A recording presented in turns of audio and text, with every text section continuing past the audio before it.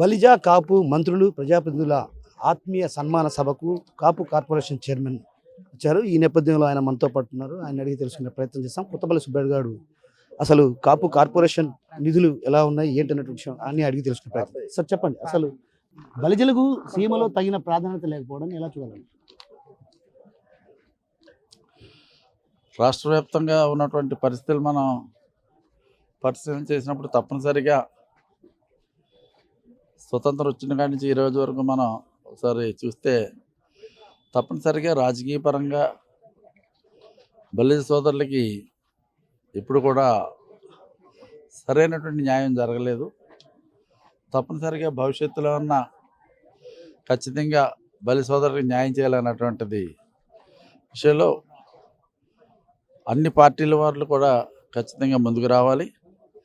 తప్పనిసరిగా జనసేన పార్టీ పరంగా కానీ కూటమి పరంగా కానీ, అంటే జనసేన, తెలుగుదేశం, అదేవిధంగా బీజేపీ, మా కూటమి పార్టీ పరంగా తప్పనిసరిగా మేము శక్తివంచన లేకుండా కృషి చేసి ఎవరికైతే జరగాల్సినటువంటి న్యాయం జరగలేదో, ఎవరికైతే ఇంతవరకు రాజకీయంగా వాళ్ళకి రావాల్సిన షేర్ దక్కట్లేదో తప్పనిసరిగా ఆ విధంగా ఎక్కువ సోదరులకి మనం తప్పనిసరిగా బలి సోదరులందరికీ కూడా మ్యాక్సిమం రాజకీయ పరంగా వాళ్ళకి న్యాయం జరిగే విధంగా మా శక్తి వంచన లేకుండా మేము పూర్తి సహాయ సహకారాలు అందిస్తాం. అంటే గత కొంతకాలంగా కూడా బలిజ భవన్ లేకపోవడం, ఒక రకంగా బలిజ కులస్తులకు అంటే ఏదైతే బలిజ భవన్ అంటే కాపు బలిజ సంక్షేమ ఆధ్వర్యంలో కూడా బలిజ భవన్ అంటే జిల్లాకు బలిజ భవన్ అన్న డిమాండ్ గత కొంతకాలంగా ఉంది. కానీ ఇప్పటికి కూడా అది నెరవేరని పరిస్థితి. ఈ నేపథ్యంలో కడపలో బలిజ భవన్కి ఏమైనా కృషి చేస్తాం? బలిజ భవన్లు పెద్ద కష్టం ఏం కాదు. జిల్లాకు బలిజ భవన్ ఇచ్చి తీరుతాం, కట్టి తీరుతాం, ఇచ్చి తీరుతాం, కట్టి తీరుతాం. సార్ గతంలో కూడా ఏదైతే టీడీపీ హయాంలోనే విద్యా దీవెన కావచ్చు ఇతరత్ర వంటివి అమలు చేశారు. ఇప్పుడు ప్రస్తుతం ఆ విద్యా దీవెన కావచ్చు ఇతరత్ర కాపు కార్పొరేషన్ సంబంధించి నిధులు కూడా వెచ్చించేవారు. అదేవిధంగా కాపులకు ఆర్థిక ప్రయోజనాలు చేకూర్చే విధంగా కూడా లోన్లు వంటి వాటి ఇచ్చారు. ప్రస్తుతం ఆ అమలును మళ్ళీ తిరిగి కొనసాగిస్తారా ఏంటి సార్? జనరల్గా ఈ కాపు కార్పొరేషన్ అది గతంలో లేదు. మొట్టమొదటిగా చంద్రబాబు నాయుడు గారు ముఖ్యమంత్రిగా ఉండగానే మనం ఈ కాపు కార్పొరేషన్ మనం ఏర్పాటు చేయడం జరిగింది. ఆయన ఆధ్వర్యంలోనే ప్రతి సంవత్సరం కాపు కార్పొరేషన్కి ఇంత అమౌంట్ అని ఇచ్చుకుని వచ్చి ఒక 5 సంవత్సరాలు ఆ విధంగా ముందుకు వెళ్ళటం జరిగింది. తర్వాత పరిణామాల్లో పార్టీ అధికారంలోకి రాకపోవటం, కాపు కార్పొరేషన్ నిర్వీర్యం కావటం జరిగింది. ఇప్పుడు చంద్రబాబు నాయుడు గారు ముఖ్యమంత్రిగా ఉన్నారు. కూటమి ప్రభుత్వం ఈరోజు రాష్ట్రంలో అధికారంలో ఉంది. పవన్ కళ్యాణ్ గారు ఉప ముఖ్యమంత్రిగా ఉన్నారు. కనుక చంద్రబాబు నాయుడు గారు, పవన్ కళ్యాణ్ గారి యొక్క నాయకత్వంలో తప్పనిసరిగా ఈ కాపు కార్పొరేషన్కి సరిపడా నిధులు తప్పనిసరిగా మంజూరు అవుతాయి. మేము ఎలక్షన్ మేనిఫెస్టోలో కూడా ఏదైతే చెప్పామో దాన్ని 100% ఇంప్లిమెంట్ చేయడానికి గౌరవ ముఖ్యమంత్రి చంద్రబాబు నాయుడు గారు, గౌరవ ఉప ముఖ్యమంత్రి పవన్ కళ్యాణ్ గారు అన్ని రకాలుగాను కూడా సంపూర్ణమైన సహకారం అందిస్తారనే విశ్వాసం మాకు ఉంది. వారు కూడా ఆ విధంగా చెప్పడం జరిగింది. బాగా చేయండి, ఎవరైతే పేదరికంలో ఉన్నారో వాళ్ళందరినీ కూడా ఆర్థిక పరంగా మనం ఆదుకోవాలి, ఎవరైతే విద్య విషయంలో వెనుకబడి ఉన్నారో, ఎవరైతే విదేశీయాలకు కూడా వెళ్ళి విద్య అభ్యసించాలని వారు కోరుకుంటున్నారో వాళ్ళందరికీ కూడా విదేశాలు పంపించి విద్య చెప్పించే విధంగా మీరు చర్యలు తీసుకోండి, అవసరం ఏర్పాట్లు చేయండి, కావాల్సిన నిధులు మంజూరు చేస్తామని చెప్పడం జరిగింది. అదే కాకుండా ఐఏఎస్లు, ఐపీఎస్లు కావడానికి training centres, coaching centres not only Kadapa, not only Vijayawada, అవసరమైతే ఢిల్లీలో కానివ్వండి, తమిళనాడులో కానివ్వండి, మెడ్రాస్లో కానివ్వండి, హైదరాబాద్లో కానివ్వండి, టాపర్స్ ఏదైతే ఈ కోచింగ్ టాప్ సెంటర్స్ మన నేషనల్లో ఉన్నాయో అటువంటి చోట మన విద్యార్థులు అక్కడికి వెళ్ళి కోచింగ్ తీసుకుంటామన్నా కానీ అక్కడ కూడా పంపించి వాళ్ళకి మంచి కోచింగ్ ఇప్పించి ఎక్కువ మంది మన వాళ్ళు ఐఏఎస్లుగా, ఐపీఎస్లు అయ్యే విధంగా, ఫస్ట్ అదేవిధంగా డాక్టర్లుగా, ఇంజనీర్లుగా అయ్యే విధంగా అన్ని రకాలుగాను కూడా చర్యలు తీసుకుని కోచింగ్ సెంటర్స్ కానీ స్కిల్ డెవలప్మెంట్స్ అంటే వాళ్ళు నేర్చుకున్నటువంటి దాన్ని, వాళ్ళు చదువుకున్నటువంటి దాన్ని మరింత వాళ్ళలో నైపుణ్యత పెంచే విధంగా స్కిల్ డెవలప్మెంట్ సెంటర్స్ ఏర్పాటు చేసి వాళ్ళ నైపుణ్యత పెంచి వాళ్ళకి భవిష్యత్తులో వాళ్ళు ఉద్యోగం చేసుకోవాలంటే మంచి ఉద్యోగాలు వచ్చే విధంగా, వ్యాపారాలు చేసుకుంటే సమర్థవంతంగా వ్యాపారం చేసుకునే విధంగా వాళ్ళకి అన్ని రకాలుగాను కూడా సహకారం అందించడానికి కాపు కార్పొరేషన్ సిద్ధంగా ఉంది. అదే కాకుండా మహిళా సోదరిమణుల విషయంలో కానివ్వండి, మిగిలినటువంటి వాళ్ళకి అన్ని రకాలుగాను కూడా ఈ కార్పొరేషన్ పరంగా ఆదుకుంటాం. అవసరమైతే 5 లక్షల లోన్స్ యువతకు కానీ మహిళలకు కానీ 5 lakhs కానీ 25 లక్షల వరకు సబ్సిడీతో రుణాలు ఇవ్వడానికి కూడా ప్రణాళికలన్నీ కూడా మేము రూపొందించడం జరిగింది. ఈ విధంగా అన్ని రకాలుగా చిన్న వ్యాపారం చేసుకుని చిన్న సహకారం అందించే విధంగా ఒక మోస్తరుగా వ్యాపారం చేసుకునే శక్తి సామర్థ్యాలు ఉంటే ఆ విధంగా చేసుకునే విధంగా చదువుకోవాలంటే చదువుకోవడానికి ఎటువంటి ఆటంకం లేకుండా విద్య అభ్యసించే విధంగా అదేవిధంగా చిన్న వ్యాపారాలు కానీ చిన్న కార్యక్రమాలు కానీ ఏది చేసుకోవాలన్నా కానీ కాపు సోదరులకి బలిజ సోదరు అంటే తెలగ కాపు బలిజ ఒంటరి సోదరులు అందరికీ కూడా మరి ఈ కార్పొరేషన్ ద్వారా ఆర్థిక సహకారం అందిస్తాం. గౌరవ ముఖ్యమంత్రి చంద్రబాబు నాయుడు గారు, గౌరవ ఉప ముఖ్యమంత్రి పవన్ కళ్యాణ్ గారు వీళ్ళు పూర్తి సహకారం ఈ కార్పొరేషన్కి ఇవ్వడానికి సిద్ధంగా ఉన్నారు. వాళ్ళు కూడా చాలా ఖచ్చితంగా చెప్తున్నారు. నిధులు అన్న దాని గురించి పెద్ద మనకి ఇబ్బంది లేదు. ఏదైతే మనం ఎన్నికల మేనిఫెస్టో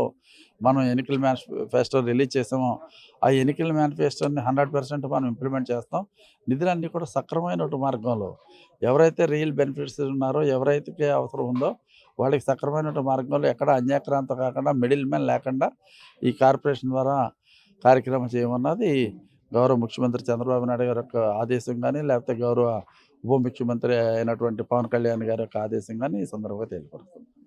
అంటే ఆర్థిక బలం లేని కారణంగానే బలిజలు ఒక రకంగా రాజకీయంగా ఎదుగుదల లేరన్నటువంటి విషయం స్పష్టంగా కనిపిస్తుంది. రాయలసీమలో ప్రధానంగా ఎక్కువ శాతం బలిజలే ఉన్నారు. అటు కడప కావచ్చు, అదేవిధంగా మైదుకూరు, రాయచోటి, రాజంపేట వంటి ప్రాంతాల్లో జనరల్గా ఆర్థికంగా అంత బలంగా లేనటువంటి మాట వాస్తవమే. కానీ పూర్తిగా రాజకీయాల్లో వెనుకబడిపోవటానికి అదే ఒక కారణం కాదు. జనరల్గా ఇప్పుడు మా కోస్టల్ ఏరియాలో కానీ ఆంధ్ర ప్రాంతంలో కానీ అక్కడ కూడా చాలా పేదరికం ఉంది. ఇప్పుడు కూడా అక్కడ కూడా ఉత్తరాంధ్ర ఇవన్నీ కూడా అక్కడ కూడా చాలా పేదరికం ఉన్నటువంటి ప్రాంతాల్లోనే కొన్ని ప్రాంతాలు, అన్ని ప్రాంతాలు కాదు. అక్కడ కాపు సోదరులు ఎమ్మెల్యేలు అవుతున్నారు, మంత్రులు అవుతున్నారు, ఎంపీలు అవుతున్నారు, అవన్నీ అవుతున్నారు. అంటే నేను అనేది ఏంటంటే ఇందాక నా స్పీచ్లో కూడా చెప్పడం జరిగింది. ఒక పట్టుదల ఉండాలి. ఇప్పుడు ఫర్ ఎగ్జాంపుల్ పవన్ కళ్యాణ్ గారు ఉన్నారు. ఈ రోజున డిప్యూటీ చీఫ్ మినిస్టర్ అయ్యాడంటే, లేకపోతే ఆంధ్ర రాష్ట్రంలో కూటమి ప్రభుత్వం ఏర్పడిందంటే, లేకపోతే భారతదేశంలో ఈ రోజున ఎన్డీఏ ప్రభుత్వం ఏర్పడిందంటే ప్రధాన కారణం ఎవరు? పవన్ కళ్యాణ్ గారు. ఆయనలో ఉన్నది ఏంటి? పట్టుదల, కసి పట్టుదల, సాధించాలన్నట్టు తపన. దేనికి భయపడకూడదు, అదరకూడదు, బెదరకూడదు, వెనకడికి వేయకూడదు. ఎంతటి అనేది మనం న్యాయపరం చేయాలి, మనకు రావాల్సింది మనం సాధించుకోవాలి. ఆ విధంగా ఆయన 10-12 ఏళ్ల పాటు రోడ్ల మీద పడి దొల్లి కష్టపడి నానా ఇబ్బందులు పడి తిరగనివ్వకుండా ఆగి రోడ్ల మీద పడుకుని రకరకాలుగా చేసి కష్టపడి ఈ రోజున రాష్ట్రంలో కూటమి ప్రభుత్వాన్ని భారీ మెజార్టీతో ఏర్పాటు చేయడం జరిగింది. కనీసం ప్రతిపక్ష హోదా కూడా ప్రతిపక్ష పార్టీకి లేకుండా వచ్చే విధంగా ఆయన నేతృత్వంలో జరిగింది. అదేవిధంగా కేంద్రంలో కూడా తిరిగి మళ్ళీ ఎన్డీఏ ప్రభుత్వం అధికారం రావడానికి ఆయన పట్టుదలే. నేను అన్నది ఏంటంటే ఆర్థిక బలం నిజంగా చెప్పాలంటే రాజకీయాలకి సరిపడా డబ్బు పవన్ కళ్యాణ్ గారి దగ్గర లేదు. ఏ విధంగా ఇప్పుడు మీరు మన బలిజ సోదరుల దగ్గర డబ్బులు ఏమన్నారో నిజంగా రాష్ట్ర స్థాయిలో రాజకీయాలు చేయాలంటే పవన్ కళ్యాణ్ గారి దగ్గర డబ్బు లేదు. కానీ పట్టుదల ఉంది. ఈ సమాజానికి ఏదో చేయాలన్నట్టు తపన ఉంది. ఏదోలా సాధించాలన్నట్టు ఆలోచన, ధైర్యం ఉంది.